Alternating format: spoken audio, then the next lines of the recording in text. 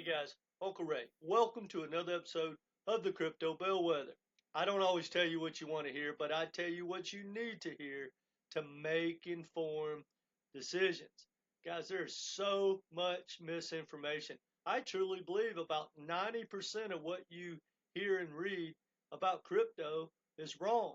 And I think that's the exact correlation to why about 90% of everyone investing in crypto lose money. I really believe it's not that you don't have the opportunity, it's that you're making decisions based on flat out lies and misinformation. So in this video, we're going to dive through the importance of tokenomics and market cap, and here's the good news. Once you come to the conclusion and you have this understanding, it's going to help you get rid of the bad information, because anyone that's ever told you that market cap and tokenomics don't matter, which I hear every day, especially from the tribal token promoters, you'll know who not to listen to, because those people are not only credible, and I'm not going to call them unintelligent, because they may be smart and they understand it, but they're biased and they're just not honest with their communities. So it's going to help you across the board. So hit that like button. Let's dive into it. Now, guys, I'm going to give you the perfect example of why both tokenomics and market cap matter. And if you don't understand it, and if you don't play the situation right, you will get wrecked. But I want to be extremely clear before we dive into what can happen and what that looks like. Tokenomics tell you whether a project is investable. It tells you if you have the option to hodl and what will happen if you hodl, or it will tell you you got to take profits. Now, that doesn't mean bad tokenomics isn't worth investing in, but write this down.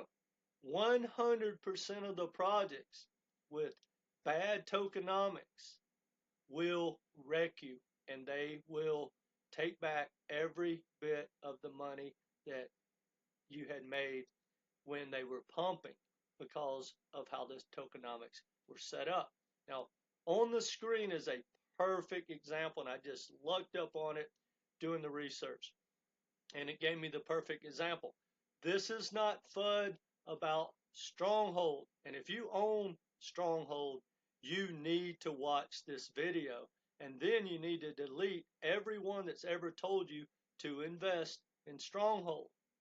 Now, I'm not even going to remotely argue the tech and the merit of the project. This project is phenomenal, has great tech. It's a great project across the board. But this proves another point. Just because something is a great project doesn't mean it's a great investment. So you're going to learn 4 things in this video, right? Because of that. So check this out. If you go Google Stronghold and go to YouTube, you're going to see all these guys promoting. And it's kind of funny, because I'm not even going to call anybody out like Jake, but those are the guys that always spread the same misinformation. It seems like a group involved in like the ISO tokens, or the tokens that were in the previous bull run or the one before. They keep spreading those lies of the bull run when they pump, because it grows their channel, because a lot of people own Stronghold. And just like other projects that haven't made a new all-time high in the preceding bull run, people have gotten wrecked. But look at these. It says understanding Stronghold, and it talks about Stellar. It's a hidden gem. See, guys, it's a great project. It's a horrible investment. One of the worst I've seen. Now, bear with me if you don't think so. Don't be fooled. Stronghold incoming. He talks about how it's going to rip. Stronghold, game changer, right? 5 reasons to invest in Stronghold. Well, guys, I only need one not to invest, and that's bad tokenomics. All right, now check this out. Let's look at the chart. Now, someone that hasn't done any research or doesn't have a good understanding of tokenomics or have listened to people that just give you misinformation, you're going to look at Stronghold and you're going to watch some of these videos, and those videos were current. And you're going to say, okay, let's look at it. Man, this thing came out and it absolutely ripped in 2021. And, or really, what was that? Yeah, 2000, the first of 21. And it collapsed. And it ripped again to a new all-time high. So when you go over here and you start to look at it and you're like, wow, this thing is great tech. It's got a good buzz. Man, this thing could rip in this bull run. And it's done well. And now it's pulling back, and you're like, it could be just like back in 2021. This thing can rip and make a new all-time high and take off. Woohoo! Right? That's what people are going to tell you. Well, they're flat out lied to you. Now, let's check this chart out. Now, remember this chart. This is the price chart. So that means people bought it all up in here, hoping to get their money back all up in here. Now, look at this chart, guys. This is the chart you want. That's what you want the price chart to look at like. Guess what that is? That is the market cap price, or the market cap chart, right? So look at this. Back in 2021, it barely pumped. For market cap, it was only, the market cap was only like 23 million. Now look at this. In this bull run, this thing has outperformed almost all projects, market cap wise. So that means it's got immense success, a lot of success, a lot of adoption. The project's moving forward. But because it's absolutely, guys, it's almost a 4x. It's about a 3.5x in this bull run as far as how big the market cap is. Well, why doesn't the price chart match the market cap chart? I hope I'm making sense. Because of the supply dump. It has some of the worst tokenomics in all of crypto. About when it started pumping in the last cycle, boom, huge unlock. Look at that. Now, when you go back and you look, it's basically that unlock was about right in here. Now, my guess is a lot of guys sold, which went ahead and killed it off, but it was going to come down anyway. All the crypto did. But a lot of guys didn't sell, obviously. And I can't find any more unlocks that are upcoming, which that's a red flag as well. I couldn't find the vesting schedule, but my guess is they're having another unlock in this bull run. Well, when all the adoption and all the attention and this thing started to pump in this bull run, so if it had the same amount of supply as last time, and the early investors and the founders and the VCs, if they didn't dump, this thing should match the market cap or close to it. It should have definitely made an all-time high. And now, guys, the price is way under a penny. I'm here to tell you that Stronghold will not remotely hit a new all-time high as far as the price in this bull run, and maybe ever. Now, that doesn't mean that this project won't be a world beater, but it does mean it is not a good investment. Now, being that it's beat down so hard, and most people don't understand tokenomics, and most people listen to those tribes that tell them what they want to hear, this thing could be a great swing trade off the bottom. But if you don't believe me, well, go back and look what XRP's done. Go back and look what XLM has done. XLM did the same thing. In 2017 and 18, XLM ripped. And in 2021, it didn't hit an all-time high, didn't even come close. But guess what did happen? It did hit an all-time high with its market cap. So the demand was there, but that you got dumped on with the supply during the bear market. So even though that demand was there, it couldn't pump. Same thing with XRP. People want to say it's the SEC. Guys, it's the tokenomics. And I'm not here to harp on any project. And that's what I don't understand. And I say this with love, guys. But for the life of me, I don't understand why people can't comprehend how a phenomenal world beater project might not be a good investment. They're not the same thing. Now, if you can marry the two, good tokenomics, with a world beater project, you got something.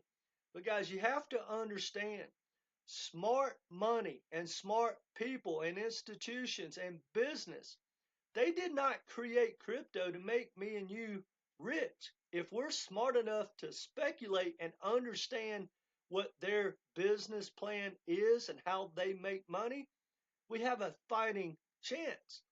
But guys, I remember one time Brad Garlinghouse said XRP is not for retail. Here's how I took that. Okay, thank you, Brad. That means that it's for Ripple and it's for like institutional use in banks, etc. So I studied Ripple's roadmap of how they make money, Ripple's blueprint. Once I understood that, I understood I'm not putting any real money into XRP because XRP is set up to make Brad and David and the early investors and the founders wealthy, and it's created to be used as a commodity, as a mechanism for them to make money, charging the banks to use their supply, and it is built set up to allow them to sell XRP on the open market, dump on their community, and grow Ripple. And there's nothing wrong with that. Actually, guys, I trade XRP every day. That's why I keep doing the deep dives, and that's why I know so much about XRP. And, you know, if you understand what you're dealing with, you can make money. It's not that they're bad projects. And even with XRP, guys, there's still opportunities. I mean, like I said, I trade it every day. I swing trade it. I short every pump. But when it gets around, say, 50 cents, guys, you can start stacking XRP at 50 cents because the XRP Army and all the BS is going to pump that thing at least probably to a dollar 50, maybe $2 during this bull run. But that doesn't do it for me. But it's a great swing trade. But if you want to hodl any project, you need to understand the tokenomics because let's look at Stronghold. And again, guys, great projects. Every project I've mentioned. This is not FUD. It's intelligent investor information. And if you want to be successful in investing, you need to talk about the downside and you need to find some honest people that will help walk you through the information you need to know. Guys, I've been dealing around wealthy people since I got out of college. I used to trade foreign currencies and things like that. I flipped real estate, and the number one thing they talk about is tell me the downside and tell me when I get my money back. The upside will take care of itself, guys. But if you don't understand what you're dealing with and how tokenomics and market cap work, you don't have a chance. Now look at this, guys. There's only 5.7 billion tokens in circulation out of 100 billion that's coming. Guys, that's nothing. So again, let's look at how good this thing's performing. It's outperforming almost every project out there, almost every one. In this year, it ripped. for the market cap. That's all the demand, all the new buyers. And guess who? A lot of people have been buying, but the sales pressure wouldn't allow it to pump the price. The volume's there, but the sales pressure. So think about this every time, guys. When the volumes are huge with these great projects with huge news every single day, think about this. Retail is buying their exit liquidity. The insiders, the early investors, the one that set up the tokenomics, set it up for them to win. And they're taking money from you. And if you don't understand that and you believe that tokenomics don't matter, you don't have a chance. And I say that with love. Now let's talk about exactly what tokenomics can tell you. All right. If I'm dealing with a project like like Stronghold when it came out back in like 2019, sexy story. Okay, I like it. Bad tokenomics. Okay, I get it. So if you knew that, anyone that caught these pumps would have knew dump incoming. That's a fact on all projects. It's not FUD, guys. It's just how the game is played. So if you know that, you're going to take your profits. And if you're a trader, you might short sell this project, which is now going to be on my list now that I found it. Every time it starts to pump, I'm going to start short selling it just like I do XRP all the time. And it works out extremely well. And again, XRP, XLM, Stronghold, all these projects might be great projects, but that doesn't mean they're good investments. Now, that's one thing tokenomics tells you. Now, if it has good tokenomics, where it's almost fully diluted, it tells you can't get dumped on. But then it also tells you need to be asking the question, if something's fully diluted, like Algorand, which I love the project, but Algorand's pushing getting fully diluted. And it doesn't make any money whatsoever to speak of to feed its ecosystem. So if it was a company, it can't pay its employees. It can't grow. But it can now because they can keep dumping their own supply. But when it's fully diluted, I don't see how Algorand survives. It is what it is. And so that's what tokenomics tells you. Now, what else does tokenomics tells you? It tells you that if it does have good tokenomics and it does make money, it could be a long-term hold. I still wouldn't hold it, but you have projects, say, like Quant. Quant has great tokenomics. So if it can create the sales pressure, if it can create the momentum that Stronghold has created in this bull run, it would absolutely rip. Now, also, what else does tokenomics tell you? Well, smart investors, big investors, do not hold bad tokenomics projects. They may buy it, but you can guarantee if someone puts $50 million into a project, it's very short term if they can get dumped on. Guys, smart money dump on dumb money. That's a fact. So you don't get your hands on $50 million or $5 billion to trade being dumb money. They are the people that dump. So if they don't have an inside advantage, well, you're probably going to, if they don't have the inside advantage, they're probably not going to invest long term 99.9% of the time. So you can get a lot of information from the tokenomics. But now, and also it can give you a time frame, right? If you think you have a wonderful project, like let's just say XRP. And again, guys, I hate talking about it because I get so much hate in the comments, but it's a great education and I'm very knowledgeable about it. But if you think XRP is going to be the world beater, no ifs and buts about it. It's not going to pump and make life-changing gains from here. First of all, the market cap's too big, and we'll get to that. But it can't go but so high when Ripple is increasing the supply. They have half the supply. So until it's fully diluted, which it could, but what does that tell you? It gives you a time zone. What's your guess?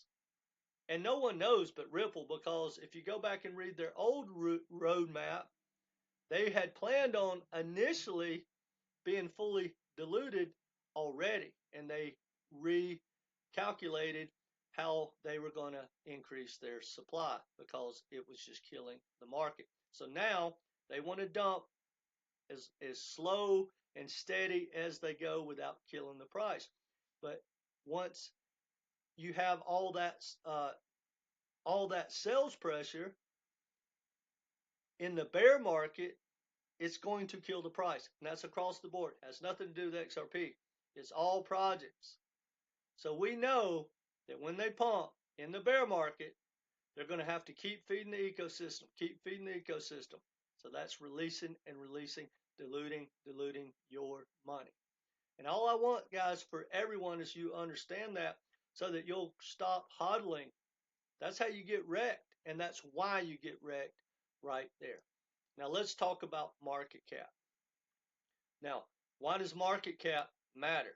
Well, first of all, let's just start with $1 billion. A $1 billion corporation out in the world is massive. It's an extremely powerful company. It's not easy to justify that type of valuation. Well, to justify investing in $1 billion company, you would look at price earning ratio. So when you see crypto projects that are not companies that are more valuable than major corporations like Anheuser-Busch or Walmart or Apple or Tesla, well, you understand, and they don't make any money. It was speculation that got it there. It will not keep it there, right? Now, when you start hearing some of these stupid numbers, and you know how to do math and understand math and tokenomics, and when you do the math, like $10,000 XRP, for example, if XRP got to $10,000, it would roughly be fully diluted. I guarantee it, because it's not going to get there tomorrow. But that would make it more valuable than Bitcoin and Apple and Microsoft combined. Really, guys? Think about that. So here's again how to help you pick out an influencer. Anyone that is that naive or flat out stupid, don't listen to them. So guys, hopefully this is giving you guys a lot of information. But look, do yourself a favor. If you want to learn more, go to Masari. It's free. And learn about tokenomics. Type in your favorite project. You go over to the charts, so then you hit supply, and you can go look at when they are increasing the supply. Now, all the supply that doesn't come exactly from, say, the foundation. There's other things that can increase the supply, but basically it comes from the early investors, the insiders, and the founders. That's just how it works. So when you see this supply increasing, that means that you might have a lot of demand. But when you have constant sales pressure, you can't keep up. So look at it like this. When you see any token getting dumped on by the foundation, and they're not taking that money and putting it back into the ecosystem, they're buying Lear jets or paying off their law fees, or they're just absolute billionaires. Well, guys, if that money would have stayed in the ecosystem, if it had better tokenomics, that project would be huge.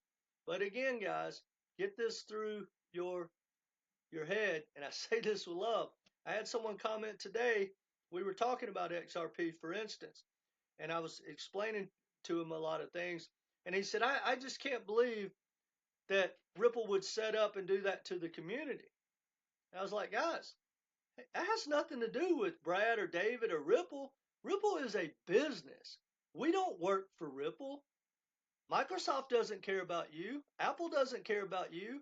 Actually, no one cares about you. I care about you on this channel. That's why I want to give you the solid information. And I want you to think about it. If you're listening to any influencer, I know I'm rambling. If you listen to any influencer and they've never once told you a negative thing about their project, whatever project it is, they're dishonest. And if they cared and if they really thought the project was solid, right, they would tell you the downside. Why do they hide the downside? Because they know that they've been lying to you. And if they tell you the truth about what they uncovered, you might not come back to the channel. See, guys, you have to understand it. Anyway, guys, market cap matters. Now, one last thing, and this is probably the most important, and I shouldn't have, I get to rambling. All right, a lot of people you're going to hear say, oh, it doesn't matter because let's just say any token. Tokens is trading at $1, at $1 billion valuation, and is trading at $1. Well, if it pumps to $2, the market cap literally doubled. So technically, there is an additional value of $1 billion. But did $1 billion flow in? No. So therefore, you can get, and that's why you get these crazy spikes. You can get spikes like this. Look how brief they are, guys. That's market makers. That is just FOMO and retail and the momentum of the markets. And I'm not going to dive into how market makers work, guys, but market makers are money makers too. That's what M&M should stand for. But guys, when they want to take a market higher, they just keep buying it and buying it and buying it and running up the price, right? Well, now they've spent billions of dollars to allow this. These market makers are on the other side of that, because if retail didn't want to sell, if a lot of people didn't want to sell, market makers, or a lot of people wanted to buy and people didn't want to sell, market makers will buy it. So they're buying it up in here. Well, guys, they're going to do the opposite 100% of the time. They ran it up, they're going to run it down, and they're going to get their money back. And understand this, guys, the insiders are already in. Guys, we're loading the boat here. They sell here. Who do they sell to? The liquidity of retail. So think about it, guys. And I know I'm rambling, and I probably didn't give you the knowledge as fast and as clear as I could, but you have to understand this, guys. If you don't take profits, you're going to become the profits. And if a project is not fully diluted, you're 100% going to get wrecked if you want to hodl. Now, think about it. In my opinion, crypto is not to get rich slowly. You don't get rich in 20 years unless you're buying Bitcoin, and then just do that. But here's some stats for you. Do with this information as you will. 90% of all projects ever created in crypto did not hit a new all-time high in the preceding bull run. 90%. And that's going to get worse and worse because you have more competition and more competition. But understand this, guys. Crypto projects are built to support themselves long term. And if it doesn't work out, they still got rich because it was set up that way, right? We'll use Algorand. And again, love Algorand, love the developers, the founders, the tech, love it all. But they do have world beater tech, or they did before all this new tech came along. They had great partnerships. They're eco-friendly. They're tied in with some big players. But now they're getting toward the end. They're getting fully diluted, and it no way, shape, or form has the adoption to keep going.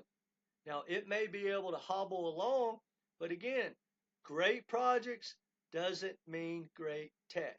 And now, if you understand, and I did a video and I'll leave a link at the end, if you understand cryptos are not stocks, they're commodities, they're mechanisms to make money. How do you make money? You're only making money off of the speculation. Ripple, Algorand, all these projects, they make money through their supply and through their business model of how they use that supply. That supply really doesn't have that much value on the open market when there's basic unlimited supply. You can get it anywhere, right? It's like any commodity. If it's at abundance, it's not going to have that much value. Why? And so in crypto, people are speculating. Well, the speculation, guys, is for the first bull run. That's freebie. Any project can come out with a sexy story, low float tokenomics, and absolutely rip any project. But in the second bull run, they have to justify it, and then they have to have more demand than the tokenomics were set up. And in the third one, they really got to prove it because the smart money says, hey, we don't see you, like Algorand, we don't see you justifying your billion-dollar valuation of 2017. Why are we going to invest? Right? So it gets harder and harder for them to pump. Now, that doesn't mean that any project can't stick around at low prices and do amazing, right? I've asked this question, and anyone want to answer it, feel free. I love information. I don't need to be right. I just want to be correct in my thinking. I asked the question about XLM and XRP. Pick one. Why can they not be at the price they are right this moment, right, for the next 10, 15 years and still be world beaters? They can be. And it looks like my computer is starting to freeze up, so I'm just going to cut it here. Guys, if y'all need some help with your portfolio, I do one-on-one coaching. It's only $250 for 3 Zoom or phone calls. I'll educate you the best I can. If you need to go over tokenomics or learn how to compare these projects or how to take profits or creating a roadmap to match your risk reward, let me know. But either way, guys, do yourself a favor. Do some research in this downtime. Don't miss the biggest opportunity in the world, not understanding what you're investing in. Because look at this, guys. It matters. Stronghold, great project. Market cap is ripping. Horrible tokenomics. Therefore, people got wrecked and are continuing to get wrecked in Stronghold if they hodl. So take profits or become the profits. Hit that like button, guys. Let me know what you think in the comment section. But either way, subscribe and come back and be part of this community. Take care, guys.